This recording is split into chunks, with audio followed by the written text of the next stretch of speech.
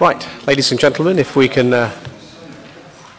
make a start to this Cabinet meeting, welcome.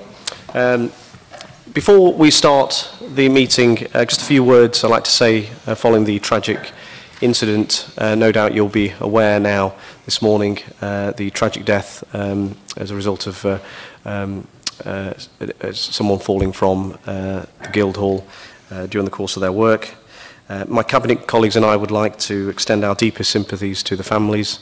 Whilst the investigation is ongoing at this time, it would not be appropriate for us to make any further comments, and certainly we need to allow the investigation to take its course, and also with respect to the family. Thank you. So, starting the meeting, start with apologies. One I'm aware of is Councillor Bolton. Any others? Okay. Any late items? There's none that I'm aware of. Does anybody want to raise? Okay. No late items. Number 3, there are no petitions. 4, identification of urgent items to which call-in will not apply. There's items 9 and 10. Declarations of interest. Okay. Item 6, minutes of the meeting held on 7th December, so to approve those as a true record of the meeting held. Yeah, can I move? They're moved. Yes, can I have a show of hands to approve them? Thank you. Number 7, recommendations Corporate Scrutiny and Governance Board. Scrutiny and Governance Board have met, but there were no recommendations put forward. So we're moving on to the first of our key decisions this evening. The first one is adoption of Derby City Council Local Plan, Part 1, Core Strategy, and that's over to Councillor Rawson. Thank you. Thank you, Chair. The local plan core strategy has been to Cabinet at various points along the journey. So this is just to move the adoption process forward. Cabinet members will be aware that the final version of the Part 1 local plan was submitted to an independent examination at the end of 2015. The examination hearings took place throughout April and May 2016, and in August the Government Planning Inspector authorised the Council to consult on a number of main modifications to the plan which had arisen through consultation and discussion at the examination. These were consulted on throughout September and October last year. The main modifications are those which the Inspector considers necessary to make the plan sound and enable the Council to formally adopt it. So after considering the responses to the consultation, the Inspector wrote to the Council on the 5th of December last year, finding the plan sound, subject to making the main modifications. So this evening Cabinet is being asked to approve the main modifications, as the terminology is known, relatively small, but those are all included in the documents.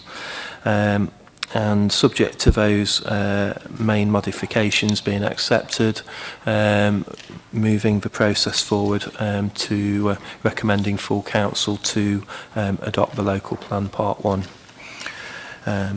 So that's very much what this report sets to do, Chair, and happy to take any questions or comments from Cabinet members and opposition. Thank you, Chair. At page 10, City Centre, we hear a lot, sadly, about some of the things that are not working at the moment and the problems because of the government cuts in the city, which have made it difficult in a number of areas. But certainly there are many people outside the city and in the city who have great faith in this city and in this administration. They're investing tens of millions of pounds in the city centre. We see hundreds of new houses going up, scores more to come in, which will bring in additional revenue in terms of council tax. Alongside that, we see new businesses, new bars, new restaurants, new shops. A renaissance at a difficult time for the high street throughout the whole country, when people are changing their shopping habits, people are shopping online, people are going to out-of-town centres. There is a revival in Derby, I suspect, and I don't want to sort of predict too widely, but I think we do see those green shoots, and I think that ought to be celebrated among not only ourselves, but more widely in the city. If people outside of the city, despite all the gloom and doom, have confidence and faith in us, I think we have to have faith and confidence in ourselves. And I think this is an excellent indicator of that confidence in this city and in this administration. And I think we'll all benefit from the changes and the investment that will come over the coming years. So I welcome this report, this particular aspect. Thank you, Chair. Councillor Holmes. Thank you, Chair.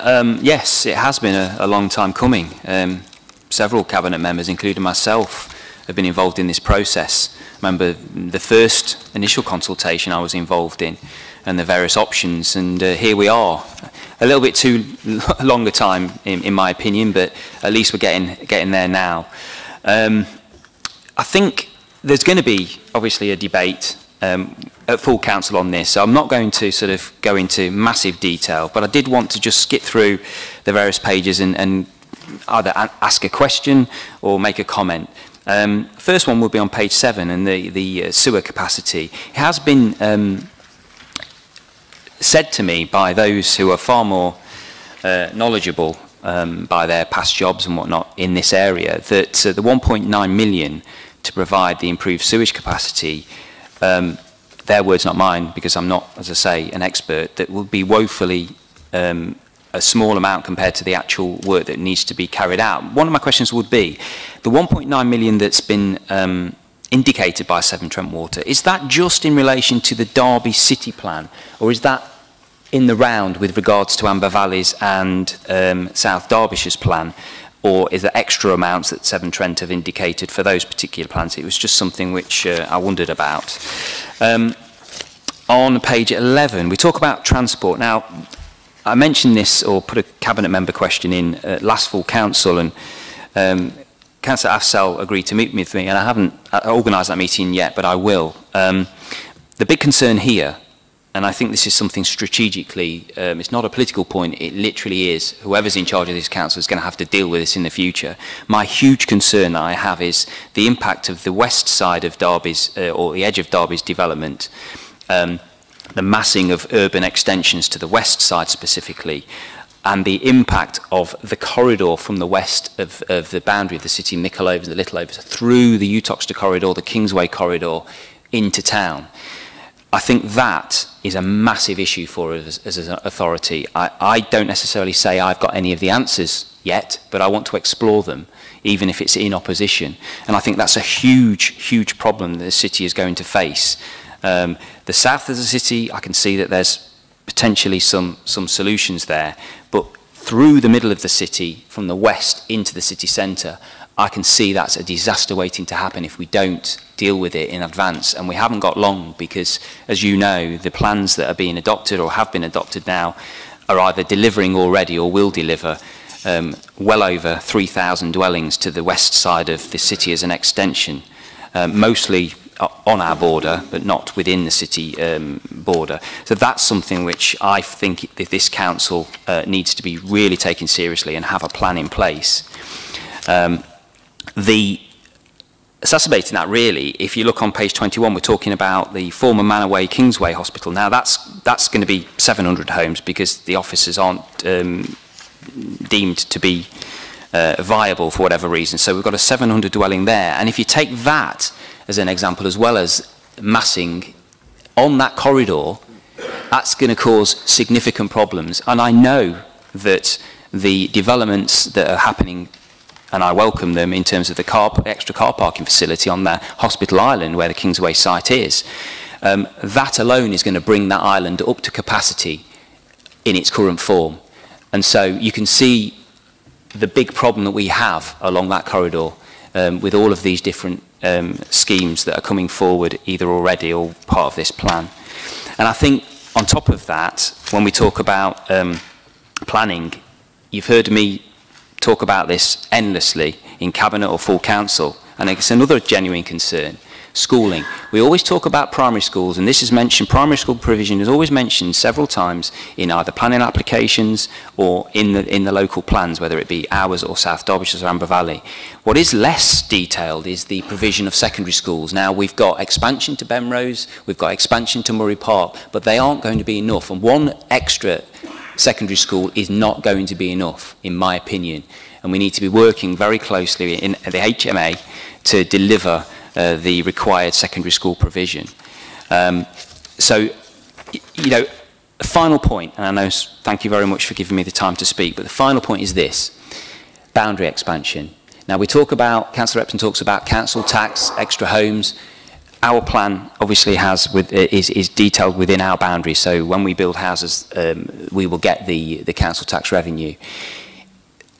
It is inevitable, in my view, that this city needs to expand. We've got basically bolt-on developments all around us now, primarily to the south and the west. We are going to be a bigger city, full stop, but we aren't going to have necessarily a bigger boundary to bring those formally into the city. I think it's not something that anybody should be politically afraid of moving forward, and I wouldn't approach the process in a political manner at all, in terms of any kind of political carve-ups. It's not what I'm thinking about at all. It's about developing and establishing the principle within this council of expansion of our boundaries to an economic boundary or similar. That will allow us, over time, if we start that process as soon as possible, and we should have started it already, to have significant increase of revenue of council tax and business rates. And I think that would allow this council to stand on its 2 feet, move forward very strongly with a significant increase in revenue. I think it's something which I was always seeking for cross-party to support on. And at least the first step would be for this council to at least have the principle in place, whichever administration is in charge, to move forward of the principle of boundary expansion.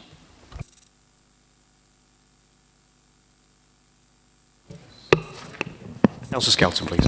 Yeah, I would agree with Councillor Holmes on a number of the points he made, but particularly on the last point about expanding the boundary of the city.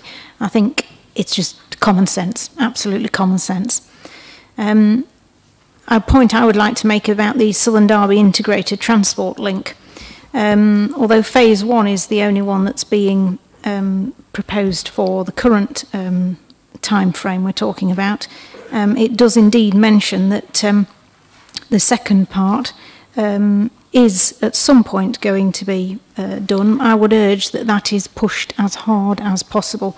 So it does indeed say that the whole thing, the actual benefits of that, obviously through modelling and whatever, has been demonstrated to be very much to benefit the city. As Councillor Holmes was saying about the whole thing of extra housing on the western side, but also on the southern side, and the need for an expansion in road capacity.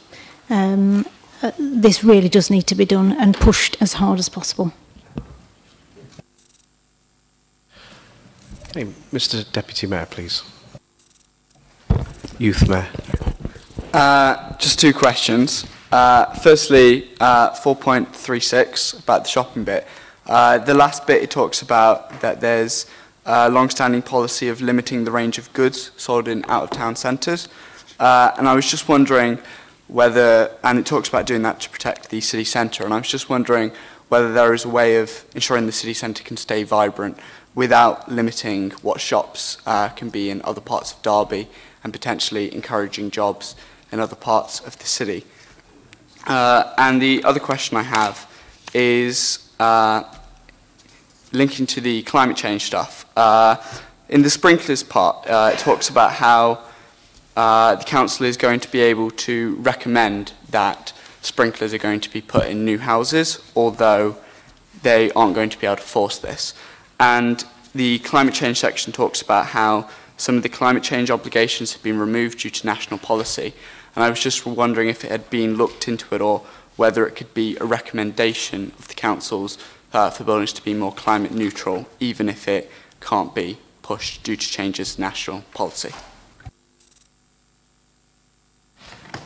Okay, Councillor Rawson, would you like to respond, please? Thank you. Yep, thank you. A number of points there, so I'll go through them one by one. hopefully provide a satisfactory response.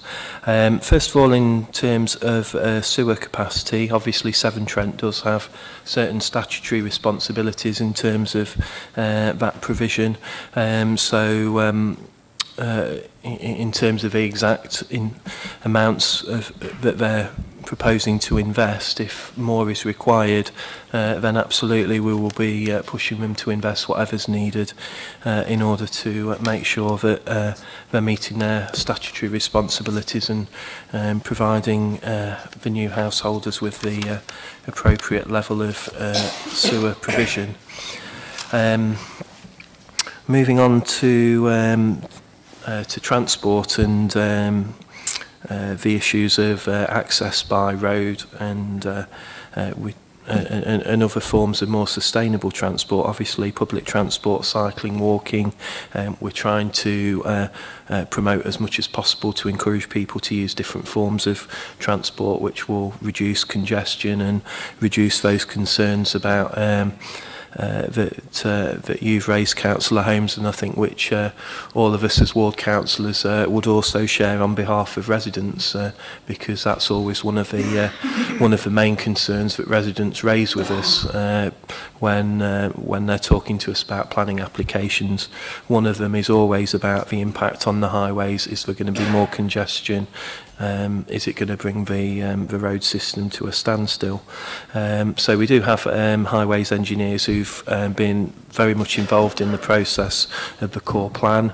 They've got very detailed computer modelling to help predict what the effects of different development will be, and to try and absolutely minimise that as much as possible. Councillor Skelton mentioned the Southern Derby Integrated Transport Link, and all of the computer models show that that is the single most effective intervention that you can make in terms of highways to keep the traffic flowing and to reduce congestion as much as possible. So that's obviously why that's in there, and Councillor Skelton, yes, absolutely will be pursuing the second phase of that through to Ricknord Road as soon as possible, obviously as funding allows. In terms of increased capacity, I think one of the most important factors, Councillor Holmes, to the points you were making, will be the changes to the A38 and the grade separation work that's planned, I think, to start in 2019 or 2020 by Highways England, and that will have a very significant effect in terms of creating extra capacity and reducing queuing at Kingsway, Markeaton Island and Little Eaton as well. So that is that. In terms of the boundaries, I think we probably will end up having a conversation about that at some point in the future. I don't think it's necessarily a panacea that expanding the boundaries will be the solution to all of our financial problems, because as well as gaining extra council tax income, people sometimes forget the council also then takes on extra responsibilities for providing services in terms of children's social care, adult social care, and so it's not just an easy route to generating lots of extra income without having added financial responsibilities as well. And finally, Mr. Youth Mayor, you raised a point about the out-of-town centres. We do have a number in Derby, Meteor Centre, Wyvern and Kingsway are the three principal ones where out-of-town locations are situated.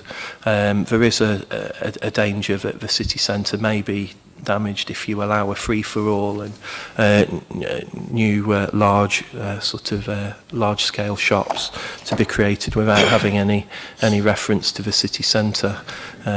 We do need to protect the city centre. That's a core part of the master plan. People's retail habits are changing. People are buying more online, and that's having an impact on every high street in the country. So we do need to make sure that we protect the city centre as much as possible.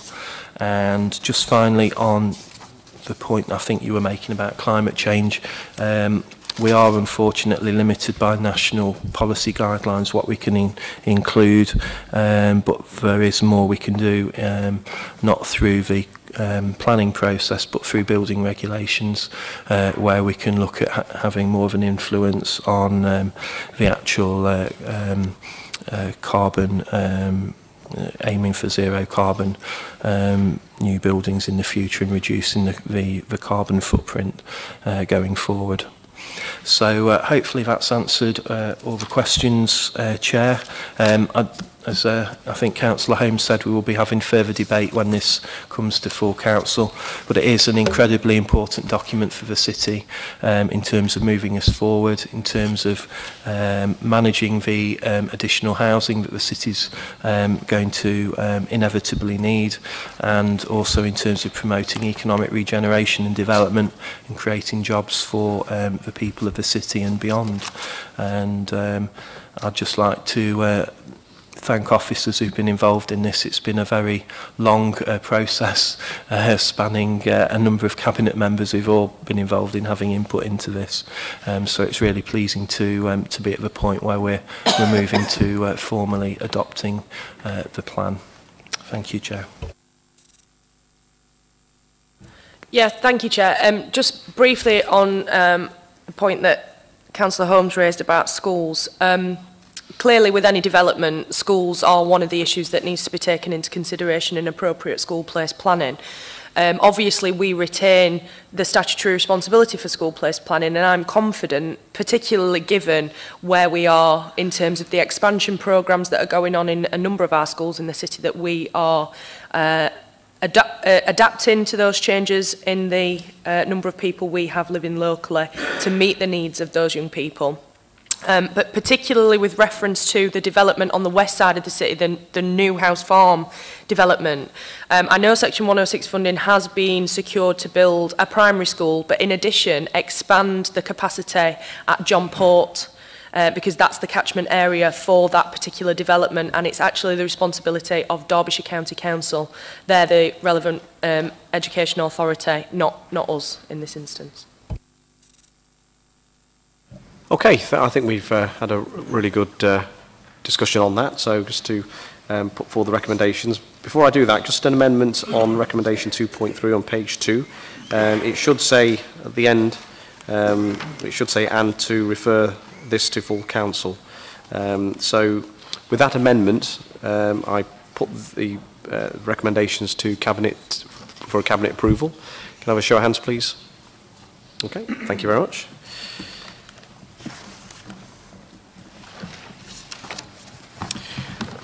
Agenda item number 9. This report recommends the council tax base for 2017-18 for approval by full council on 25th January.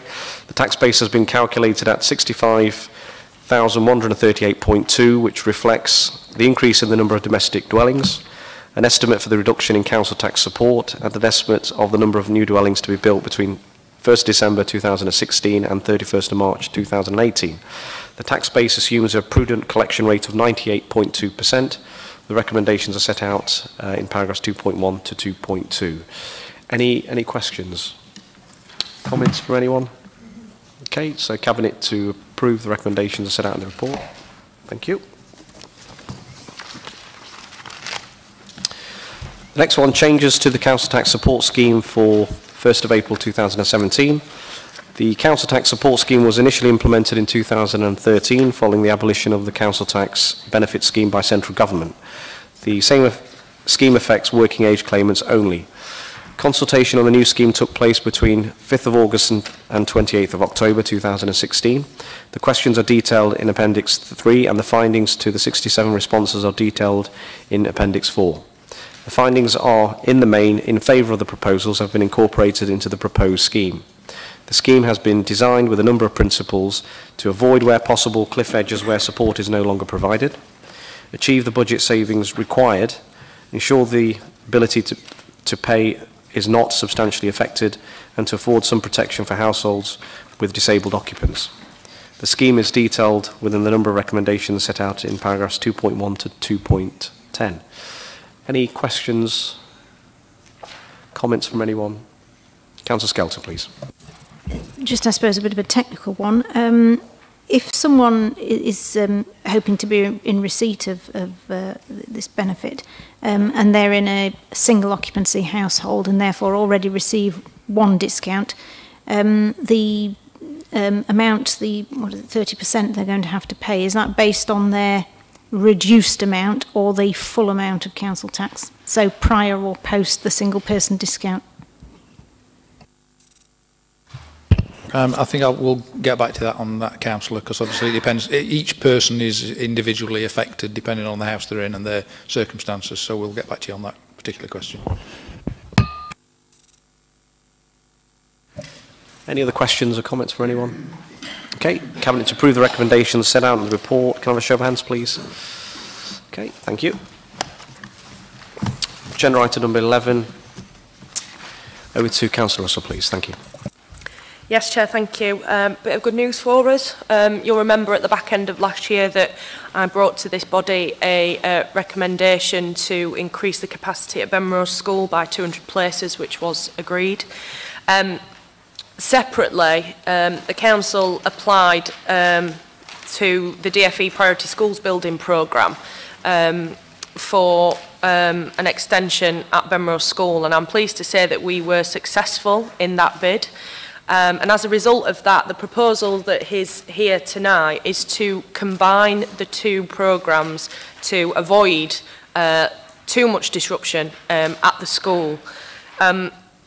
Basically, what will happen is we will extend the school as we'd already agreed by 200 places, but the additional capacity that we've been successful in securing from the DFE will mean that we can extend the classroom size, not just the pupil numbers. So we will be extending the classroom sizes anyway to cater for additional pupils coming into the school, but also extend even further to give the pupils in the school a better kind of learning environment, bigger spaces, more capacity. So it's a very positive move. And also to do the two programmes together rather than separately will reduce the disruption. It does, however, mean that the scheme is likely to be delayed in its completion in terms of the number of places. So it's going to be completed by April 2019. In the meantime, the DFE have agreed to fund some temporary classrooms to take in the pupils that were scheduled to start in September 2018.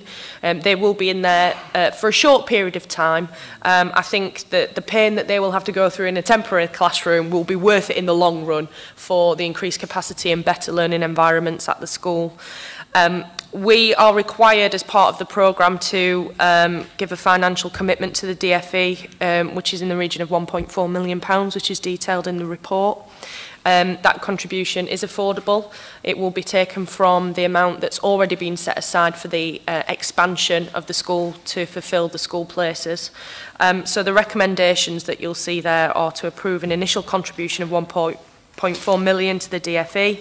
Note the project will be delivered by the DFE as part of the PSB P2 programme, and note the final contribution is to be confirmed by the end of October. So all in all, it's good news. We're getting additional capacity from the DFE for one of our schools. Combining the two programmes together will reduce the need for multiple building works to happen at different times. And it's obviously not going to affect the separately approved primary phase expansion. This is focused on the secondary school, not the primary. Councillor Holmes, please. Just to say, Chair, very briefly, it's a very positive thing. Shows once again how the council can work proactively with government to draw down funding and work together as a partnership to deliver for the city. And like I say, it's to be commended, and thank you for all the hard work that's gone on to deliver this from officers.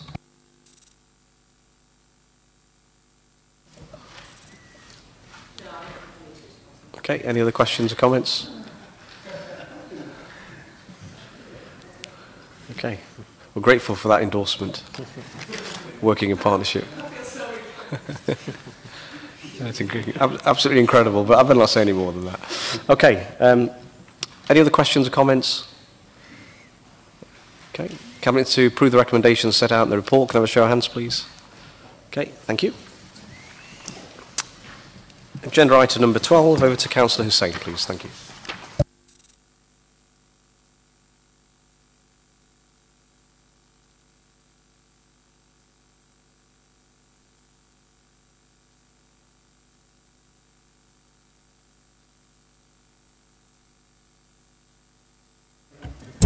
I repeat, in June 2015, the government announced a policy of reducing social rents by 1% a year for 4 years from 2016.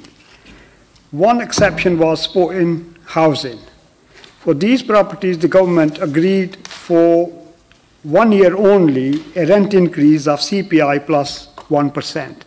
The reason it wasn't affected last year was that the definition of sporting housing was very, very late coming. If we don't retrospectively now put this rise in, then we would actually lose £185,000 from the housing revenue account. And since the reduction for sporting houses is going to come in effect next year anyway, so that will neutralize any impact from this retrospective rise. So I'm recommending that we very flexibly, and if people have got exceptional needs, we take account of those and be flexible in terms of how some of the arrears might be raised from certain individuals and families. And I recommend that we actually implement that retrospective rise, because otherwise the loss of income to housing revenue account is going to be quite substantial. The second element in the report is asking for approval around ground maintenance and cleaning services. At the moment, our charges are not actually recovering the full cost of providing those services. Now, although in percentage terms, I'm recommending that we accept a 10% rise in ground maintenance and cleaning services. But in actual money terms, you're only talking about a small rise, probably pennies, maybe up to £1 or something. We haven't been able to exactly work out how much, but it's in that region, so it's not a very significant amount, but I think we ought to be covering the cost of those services at least. So we're not subsidizing those services from elsewhere. And the third element in the report is around furniture packs. Social rents are going to be coming under the regime which has existed in the private sector under local housing allowance. So there's going to be a limit in terms of how much rent people can have dependent on their needs, etc. So we are suggesting that the cost of these packs is actually frozen to make it slightly easier, where people might find that they're going to have to provide additional money from other sources to meet the cost of the rent. So overall, I'm suggesting that we accept all the recommendations listed in paragraph 2.1 to 2.6.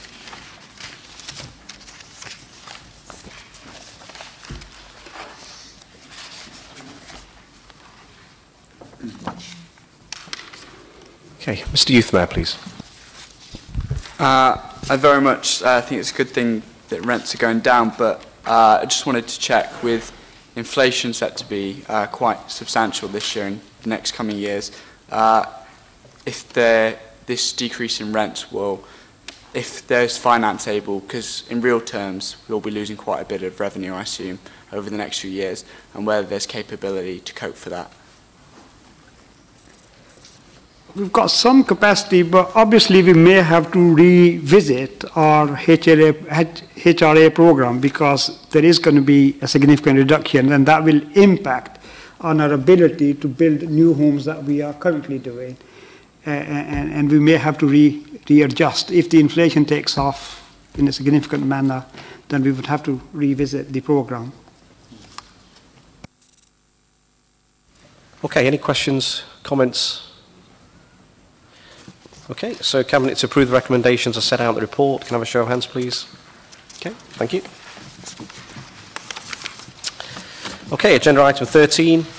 The report covers the following items: awarding of a grant to support the PAUSE project, establishing a sinking fund reserve for the Parklands View Extra Care Scheme, submission of an expression of interest to Sport England for the Park Life Football Hub programme, amendments to the capital programme as detailed within the report at Appendix 2, use of the budget risk reserve to complete 2016 and 17 property asset valuations as part of our statutory duties in preparing for the 2016-17 financial accounts. The details are laid out in the report. Recommendations are set out in paragraphs 2.1 to 2.8. Can I have any comments or questions from anyone? Councillor Holmes, please. Thank you, Chair. I've got a number of questions in the various areas, but if I could start with item 9, the funding of the 16-17 valuation work. So I think this is the first time that the financial detail of this has been in white papers, so either a cabinet or even a paper to full council. So I just want to try and work through and ask the questions to try and get some clarity. So clearly there was a significant issue with the valuation, the staff within the council that carried out the valuations. Now, what went wrong? Which department was it? What happened to those staff when this problem was highlighted? Were there disciplinary action?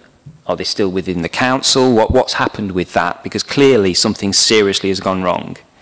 And what was it that caused this issue historically to be happening within the valuation team? So the impact, of course, is that it's £450,000. Well, we might as well round it up to 550 because in 9.5 it tells us that.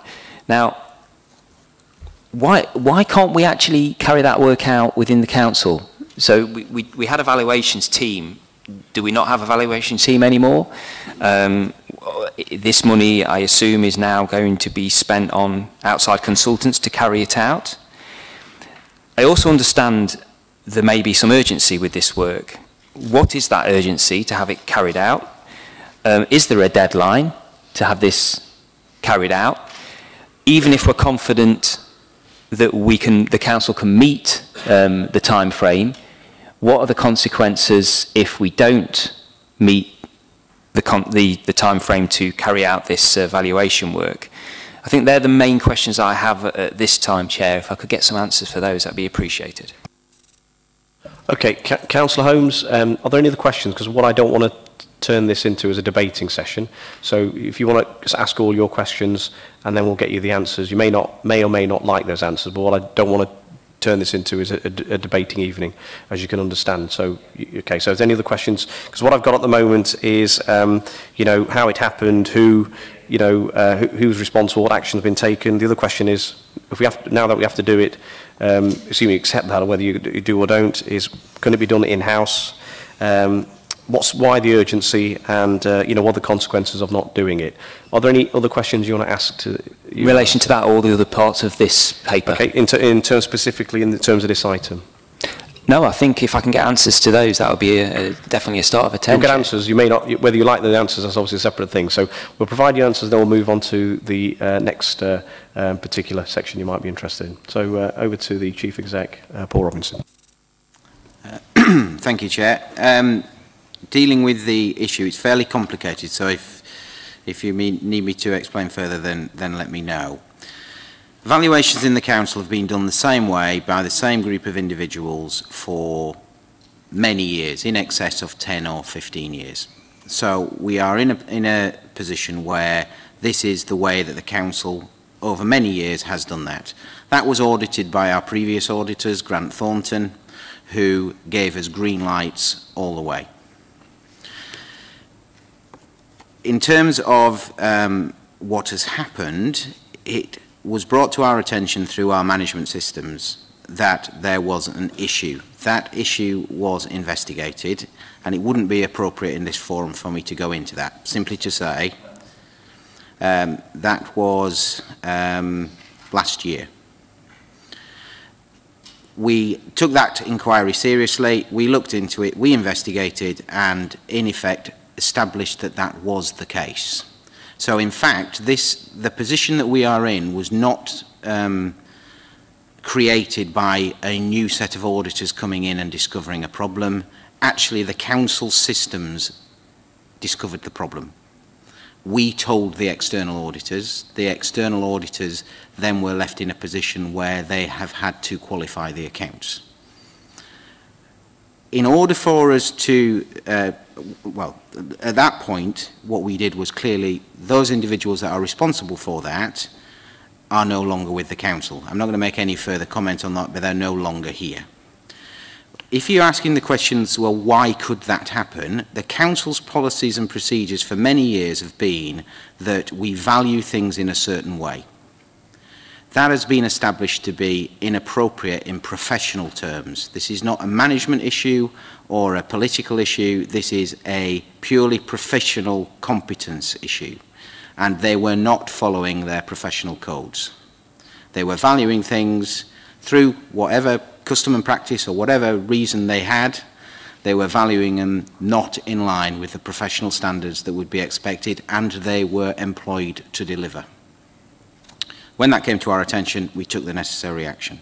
However, that still then leaves us with our valuations for our assets that are not correct.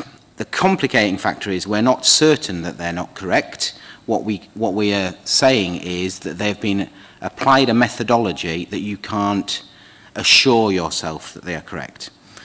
So we have to effectively revalue to make sure and establish whether they are right, because they've not used the correct methodology, or if they're not right, to put them right in the accounts. What this doesn't do is affect the bottom line available cash for the council to spend. So it is also, you know, yes, we have to do them, and yes, they have to be right, because it's in the accounting code, but they are not material in some ways to our day-to-day expenditure. It doesn't affect what we do. Neither does it affect if we come to sell something, as I've seen in some of the comments on the press, not by the press, but by people commenting on the articles. It doesn't affect what we'd have to sell something at either. You know, the valuation in itself is a technical valuation. When you come to sell it, you will only ever get what the market says it's worth. You will not get what you technically think is there, but nonetheless, they still need to be correct. So it doesn't affect our cash. It doesn't affect the ability for us to provide services. It doesn't affect what we could sell something for if we were to put assets onto the market. So all of that is not impacted. The impact of what it does mean, though, is that historically, and most authorities do this, you have what is a reasonable approach with your auditors in terms of how you value everything, because it's a costly process to go out, survey, look at each building, look at each asset, cost it, and put it into your accounts each year. So you have a rolling programme. Our rolling programme was agreed with the auditors that it would be 20% of our assets every year. So in effect, it takes you 5 years to redo everything. However, because we're now left with this issue that has been going on for many years, we don't have to just redo 20%, we have to redo 100%. And that's why we don't have a team internally, because we have a team that can deliver 20% a year. We don't have a team that can deliver 100% a year. On top of that, because the accounting system runs from the 1st of April every year to the following 31st of March, if we get to the 2nd of April and we haven't completed every single valuation, so on the 1st of April there is one outstanding, next year the auditors will qualify your accounts, because for one day of that year you didn't have an approved level. So what's the consequence? The consequence is you will still end up in that qualified accounts position. And it carries on and it carries on until you can show a full year where all your valuations are acceptable. So the 31st of March becomes an absolute deadline to get all of your valuations redone, submitted to the auditor, checked by them and agreed, such that when you cross that threshold into the 1st of April, the following year is then not affected in terms of your ability to have your accounts qualified. And that's the bit that is driving the urgency. We need to go out to external consultants to do that because we don't have a team that can deal with that volume in that short period, and it is, you know, our recommendation that the accounts should not be qualified for another 18 months. And we think it is in the Council and the public's interest to be confident that the accounts are correct.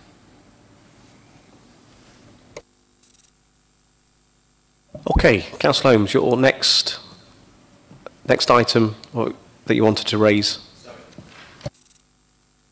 Item 8.1, just a very brief one. I was just wondering whether there was any detail in terms of why these particular medical centres were chosen. Is it strategic? Is there a reason? I'd be interested to know that. And if I could take a couple of other points and save time, hopefully. Again, same principle on the Appendix 2. We've got the Arkle Green play area refurbishment. Is that part of a fund that is set aside for play area refurbishments and investment? And was Arkle Green a priority, and if so, why was it selected? And then finally, Chair, you may actually be able to answer this yourself. I think you led on this one. The district centre scheme, or the improvement scheme that you led on. Where are we with that? I know we've got the Derwent District Centre and Normanton District Centre funding being removed. Is that going back into a central pot to be reinvested? Where's that money going? Is there a city centre, district centre, fund still available? I know there was various figures banded about at the time, some aspirational and some actual. Could we get some clarity on where we are with that, please? Okay, so we'd leave the district centres one to the end, but in terms of the other points that Councillor Holmes raised, Mr. Marples, please. Thank you, Chair. Putting these in turn. On the Section 106 funding for the transfer to the NHS, we'll have to get planning officers to get back to you on that one, Councillor, so we can make sure that happens. In terms of Arkle Green play area refurbishment, the £70,000 is a combination of a £25,000 grant received from Veolia, £35,000 from the Estates Pride programme, and £10,000 from the Capital Property Programme for 16-17 for the purpose of refurbishing play facilities. It's a combination of those three things. And district centres, I'll refer back to the member. Okay, in terms of picking up any of the points, apart from the district centres? Okay. Did you want to comment on just in terms of the financing on the district centres? I think just to say that for the district centres that have the small amounts that have been removed, we were hoping to deliver some small elements within those district centres, but other funding that was coming forward for those isn't available. So essentially we've put that back into the capital programme to be reprioritised. I mean, in terms of as a priority for administration, it remains as a priority for administration. So if you look at the Cavendish, the road network there has been improved, the island, and that's a well-used route for residents living that end of the town, you know, going through to the city centre, through Normanton. Yeah, the car park at Mackworth has been done, and it remains a priority in administration. Clearly, what we've had to do is to focus it on, you know, infrastructure as opposed to, you know, aesthetic changes, given the light of the funding pressure that obviously the council's on. We are now, it gives me opportune time to say that we are now working on an exciting programme of, you know, pledges that we are going to be making, that I'll be announcing at the budget, and we are looking to really explain and set out quite clearly the vision for the city. You know, where we think, you know, what the city should look like in, let's say, you know, 10 years, where answering the question over things like the assembly rooms and district centres and communities, and how we're going to get there, you know, with clear details behind it. Most importantly, how it's going to be done, how it's going to be financed. So, you know, I'd love to say more. I mean, clearly, we've had these challenges over, you know, because obviously the district centres is part of a wider package of commitments we want to make to the city. But, you know, we will kind of map that out. We'll follow it, starting with an announcement, you know, when we set out the budget, and then we'll go through the details during the course of the following months from there. Okay. Any further questions on that, on those? I think that's the, I think unless Councillor Skelton wants to ask any questions, okay? So before I put these recommendations to Cabinet, there was one recommendation that we have adopted and it's got into the minutes, but I just wanted to point out regarding the evaluations matter, and that is the Corporate Scrutiny and Governance Board resolved to request a future report to the April or May meeting in relation to the performance of valuations. And that's in recognition that actually this is a matter for the local authority. It transcends, party politics. This is about the operational aspects of what the council should be doing and what it needs to fix. So hopefully by working together we can make good progress on that. So Cabinet to approve the recommendations as set out in the report. Can I have a show of hands, please? Okay, thank you very much. So that concludes the meeting. Thank you.